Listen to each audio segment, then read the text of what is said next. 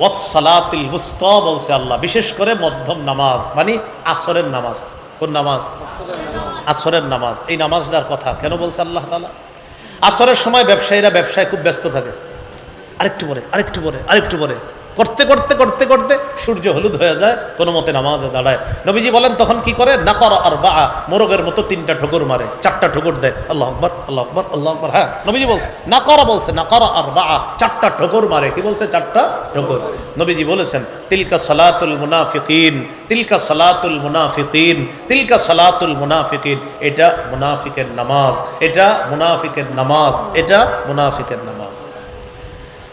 আসরের নামাজে এই জন্য গুরুত্ব দেওয়ার চেষ্টা করা। রাসূলুল্লাহ সাল্লাল্লাহু আলাইহি সাল্লাম বলেন, যারা কিয়ামতের দিন জান্নাতের মধ্যে যারা আল্লাহকে দেখতে চাও, 2 নামাজ যেন তোমাদেরকে পরাজিত করতে না পারে।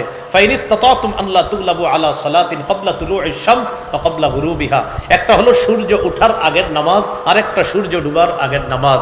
আসর আর ফজর যেন তোমাদেরকে পরাজিত করতে না পারে। এই 2টা পড়তে পারলে অন্যগুলোও তোমরা পড়তে পারবা। আমি নবী আশাবাদী, আর আল্লাহকে সহজে দেখতে পারবা। এই হলো আসসালাতিল wusta।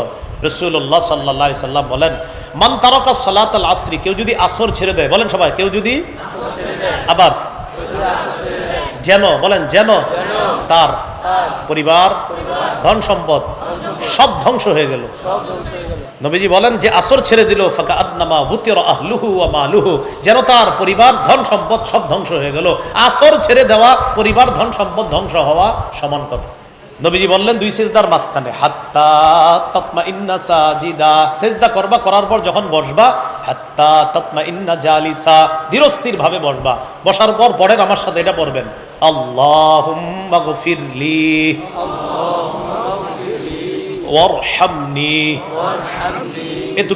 এতটুকু পারবেন না ইনশাআল্লাহ? বলেন তো আল্লাহুম্মা গফিরলি, এরপরে ওয়ারহামনি।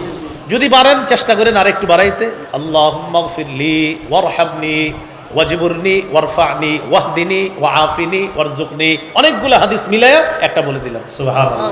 কোন জায়গায় পাবেন ওয়ারযুকনি, কোন জায়গায় ওয়াআফিনি ওয়াহদিনি ওয়ারযুকনি। তো আপনি পুরোটা যদি পারেন আর কি, ওয়াজবুরনি ওয়ারফানি ওয়াহদিনি ওয়াআফিনি ওয়ারযুকনি। তো আপনারা পুরোটা শেখার চেষ্টা করবেন, যতদিন না শিখতে পারবেন এতটুকু তো পারবেন ইনশাআল্লাহ। আল্লাহুম্মা গফিরলি ওয়ারহামনি। এরপর দ্বিতীয় সিজদা দিবেন। নবীজি বললেন এই হলো তোমার 1 রাকাত।